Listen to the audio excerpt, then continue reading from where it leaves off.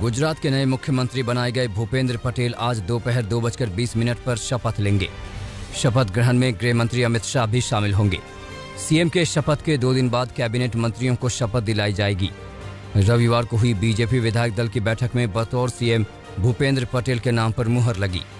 CM पद की race में नितिन पटेल और मनसुख मंडाविया जैसे बड़े नाम थे, लेकिन बीजेपी ने एक नए चेहरे पर दांव चला और पाटीदार समुदाय से आने वाले भूपेंद्र पटेल को ये बड़ी जिम्मेदारी सौंपी। विधायक दल की बैठक में मुख्यमंत्री के तौर पर भूपेंद्र पटेल के नाम के ऐलान के बाद गुजरात बीजेपी के नेताओं ने उन्हें बधाई दी। भूपेंद्र पटेल को बड़ी जिम्मेदारी मिलने के बाद विजय रूपाणी ने उन्हें गले लगाया। नितिन पटेल ने भी शुभकामनाएं दी। सभी नेताओं ने भूपेंद्र पटेल की अगुवाई में गुजरात विधानसभा चुनाव लड़ने की बात कही और बीजेपी की जीत का भरोसा जताया। भूपेंद्र पटेल पहली बार ही विधायक बने हैं और आज वो गुजरात के मुख्यमंत्री पद की शपथ लेंगे। मुख्यमंत्री चुने जाने के बाद भूपेंद्र पटेल ने प्रधानमंत्री नरेंद्र मोदी को धन्यवाद दिया। गृह मंत्री अमित शाह और बीजेपी अध्यक्ष जेपी नड्डा ने भी पटेल को मुख्यमंत्री चुने जाने पर बधाई दी। भूपेंद्र पटेल करवा पाटीदार समाज के नेता हैं। 2017 के विधानसभा चुनाव में अहमदाबाद की घाट लोडिया सीट से उन्होंने रिकॉर्ड 1,17,000 वोट से जीत दर्ज की थी। सबका मैं तहे दिल से धन्यवाद मानता हूँ। मेरे पर जो विश्वास रखा है वो विश्वास को बिना टूटे हुए विकास के जो काम बाकी है वो आगे बढ़ाएंगे। गुजरात से जितनी चौंकाने वाली विजय रूपाणी की विदाई रही, उतना ही चौंकाने वाला रहा नए मुख्यमंत्री भूपेंद्र पटेल का नाम। मोदी, शाह और नड्डा की अगुवाई वाली बीजेपी ने यहां भी सरप्राइज फैक्टर को बरकरार रखा। वो सरप्राइज फैक्टर जो मोदी शाह ब्रांड बीजेपी की राजनीति का ट्रेडमार्क बन चुका है। जब विजय रूपाणी ने सीएम पद से इस्तीफा दिया तो उसके बाद कई नामों पर चर्चा हुई, लेकिन सबको चौंकाते हुए बीजेपी ने भूपेंद्र पटेल को मुख्यमंत्री बना दिया। विधायक दल का नेता चुने जाने के बाद भूपेंद्र पटेल राज्यपाल से मुलाकात करने पहुंचे। उन्होंने गवर्नर के सामने सरकार बनाने का दावा पेश किया। राज्यपाल से मुलाकात के बाद भूपेंद्र पटेल ने अहमदाबाद के त्रिमंदिर में जाकर प्रार्थना की। इसके बाद भूपेंद्र पटेल जगन्नाथ मंदिर पहुंचे और वहां पूजा अर्चना की।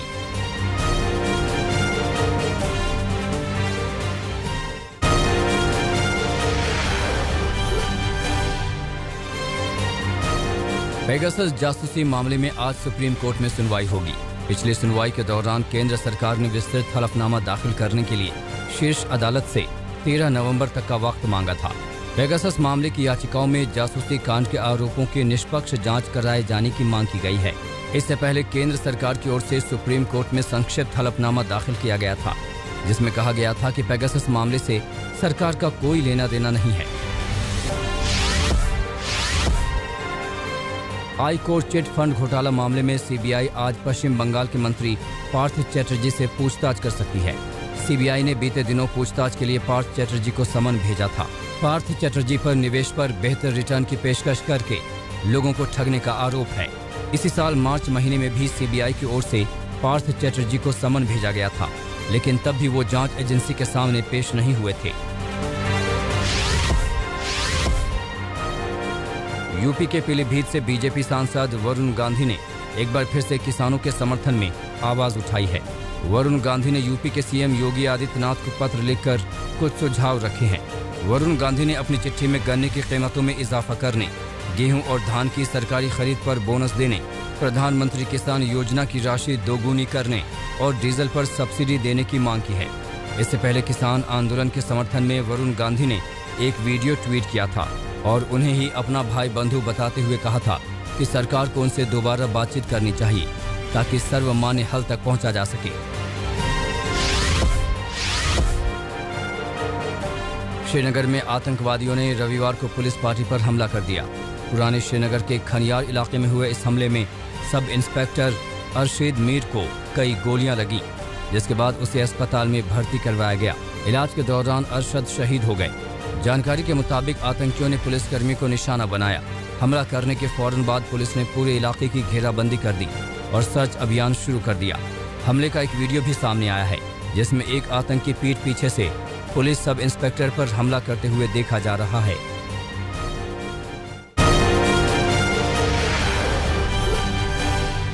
यूपी के सीएम योगी आदित्यनाथ ने एक बार फिर समाजवादी पार्टी पर करारा वार किया। कुशीनगर में एक कार्यक्रम को संबोधित करते हुए योगी आदित्यनाथ ने कहा कि पीएम मोदी के नेतृत्व में तुष्टीकरण की राजनीति के लिए कोई जगह नहीं है। आज गरीबों को राशन मिल रहा है। इसके साथ ही उन्होंने सवाल किया कि क्या ये राशन 2017 के पहले भी मिलता था। सीएम ने कहा कि 2017 के पहले राशन नहीं मिलता था, क्योंकि तब अब्बाजान कहने वाले ही राशन हजम कर जाते थे। उन्होंने कहा कि आज इन गरीबों का राशन कोई हजम नहीं कर सकता। अगर कोई गरीबों का राशन हजम करेगा तो वो जेल जाएगा।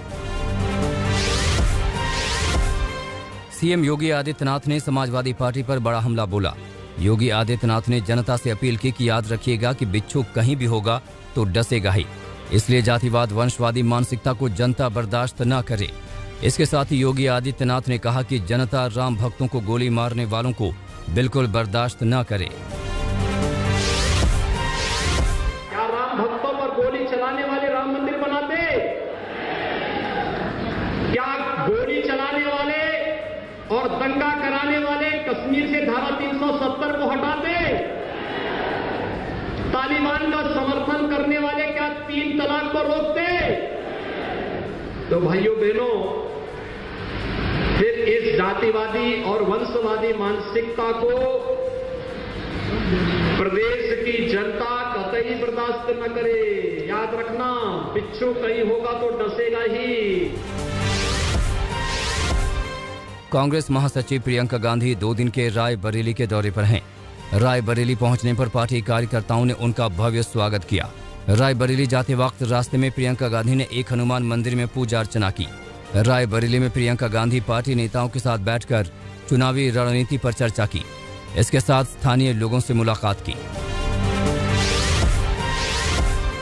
यूपी सरकार में मंत्री स्वामी प्रसाद मौर्य ने बीएसपी अध्यक्ष मायावती के अपराधियों को टिकट न देने के ऐलान का स्वागत किया है। स्वामी प्रसाद मौर्य ने कहा कि अगर मायावती को सद्बुद्धि आई है तो ये स्वागत के योग्य है। इसके साथ ही स्वामी प्रसाद मौर्य ने ओवैसी पर हमला बोलते हुए कहा कि उनका मकसद योगी सरकार के राज में यूपी में हिंदू मुस्लिम सौहार्द को बिगाड़ना है। यूपी के हापुड़ में बीजेपी ने प्रबुद्ध सम्मेलन का आयोजन किया। इस सम्मेलन में योगी सरकार में नगर विकास मंत्री आशुतोष टंडन ने हिस्सा लिया। उन्होंने कहा कि हमारी सरकार ने यूपी में माफियाओं को खत्म करने का काम किया है। आशुतोष टंडन ने कहा कि हमें हिंदू मुस्लिम सबका समर्थन है। उन्होंने 2022 में भी यूपी में बीजेपी की सरकार बनने का दावा किया। दिल्ली के डिप्टी सीएम मनीष सिसोदिया आज अयोध्या पहुंचकर रामलला के दर्शन करेंगे। इस दौरान राज्यसभा सांसद और यूपी के प्रभारी संजय सिंह भी उनके साथ मौजूद रहेंगे। इसके बाद 14 सितंबर को अयोध्या में आम आदमी पार्टी तिरंगा यात्रा निकालेगी।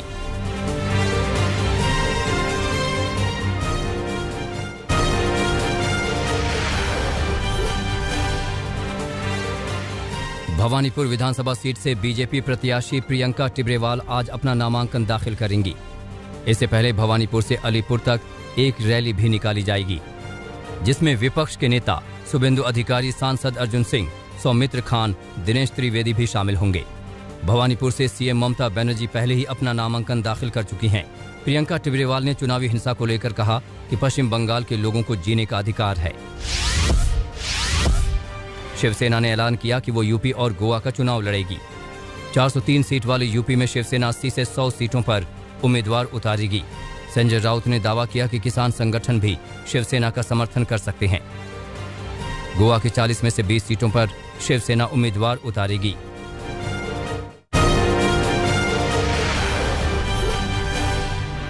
इंदौर में कोरोना और गणेश उत्सव को लेकर धारा 144 है, पर एक विधायक ने नियमों को ताक पर रख दिया। बीजेपी विधायक आकाश विजयवर्गीय के जन्मदिन के जश्न में हजारों लोग जुटे। पुलिस प्रशासन नदारद दिखा। ये सब तब हुआ जब आदेश है कि गणेश उत्सव से लेकर किसी भी समारोह में 10 लोगों से ज्यादा एक साथ जमा नहीं हो सकते। भीड़ के बीच में विधायक जी खुद को मास्क लगाए थे, लेकिन वहां मौजूद भीड़ में मास्क और सोशल डिस्टेंसिंग दोनों गायब थे। राजस्थान के भरतपुर में भी चिकित्सा राज्य मंत्री डॉक्टर सुभाष गर्ग के स्वागत समारोह में भी जमकर भीड़ जुटी।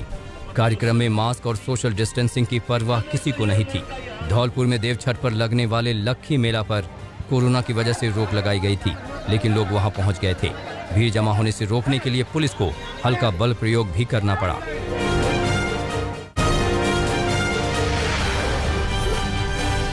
अफगानिस्तान में बदल रहे हालातों के बाद एससीओ की मीटिंग बेहद अहम होने वाली है, जहां पीएम मोदी वीडियो कॉन्फ्रेंसिंग के जरिए जुड़ेंगे। इस बैठक में भारत अफगानिस्तान का मुद्दा उठ सकता है। इस बैठक में भारत के अलावा रूस, चीन, पाकिस्तान, उज्बेकिस्तान, कजाकिस्तान जैसे मुल्क शामिल होंगे। अफगानिस्तान के हालातों के बीच पहली बार किसी बैठक में पाकिस्तान के पीएम इमरान खान और पीएम मोदी साथ में शामिल होने जा रहे हैं। इससे पहले चीन और रूस के साथ भारत ब्रिक्स सम्मेलन शिरकत कर चुका है। काबुल एयरपोर्ट एक बार फिर चालू हो गया, जहां कतर और तुर्की की मदद से घरेलू उड़ानें शुरू की गई हैं। यात्रियों के आने का सिलसिला शुरू हो गया है। हालांकि एयरपोर्ट पर अब भीड़ नजर नहीं आ रही। वहीं एयरपोर्ट से जुड़ी सुविधाएं भी शुरू कर दी गई हैं। तालिबान के अफगानिस्तान पर कब्जे के बाद एयरपोर्ट अमेरिका के जिम्मे था। अमेरिकी सैनिकों के अफगानिस्तान छोड़ने के बाद एयरपोर्ट कुछ दिनों तक बंद रहा। तालिबानी फरमान की तस्वीरें सामने आ रही हैं। तालिबान के नेताओं ने शरिया को लेकर एक लेक्चर का आयोजन किया।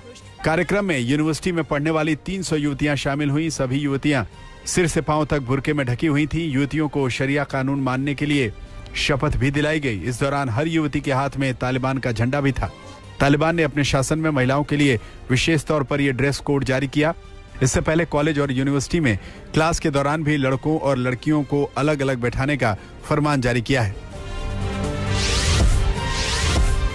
पाकिस्तानी खुफिया एजेंसी आईएसआई के chief lieutenant general Faiz Hamid ने अफगानिस्तान की स्थिति को लेकर चीन समेत कुछ दूसरे देशों की खुफिया एजेंसियों के प्रमुखों से मुलाकात की है। पाकिस्तानी मीडिया के मुताबिक आईएसआई चीफ ने चीन के अलावा रूस, ईरान, ताजिकिस्तान, कजाकिस्तान, तुर्कमेनिस्तान और उज्बेकिस्तान के इंटेलिजेंस चीफ से मुलाकात की है। आईएसआई चीफ की इस मुलाकात की चर्चा इसलिए हो रही है क्योंकि अफगानिस्तान में तालिबानी सरकार बनवाने में पाकिस्तान का ही हाथ माना जा रहा है। अलकायदा सरगना अयमान अल जवाहिरी का नया वीडियो सामने आया है। इस वीडियो में अमेरिका में 9/11 हमलों की 20वीं बरसी के मौके पर सोशल मीडिया पर नजर आया। पिछले साल दिसंबर में जवाहिरी की मौत की खबर आई थी। तब कहा गया था कि वो बहुत बीमार था, इसी के चलते उसकी मौत हुई।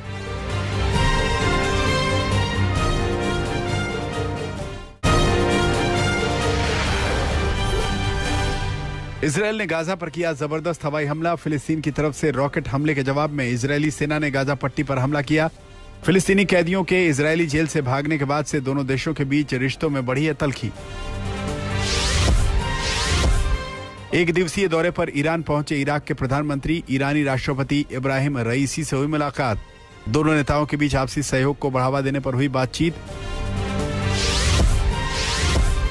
जापान वियतनाम के बीच सैन्य मामलों को लेकर हुआ समझौता। नए समझौते के मुताबिक डिफेंस से जुड़े सामान और उसकी तकनीक वियतनाम को देगा जापान। दक्षिण चीन सागर में बढ़ रहे चीनी दखल को देखते हुए महत्वपूर्ण माना जा रहा है ये फैसला।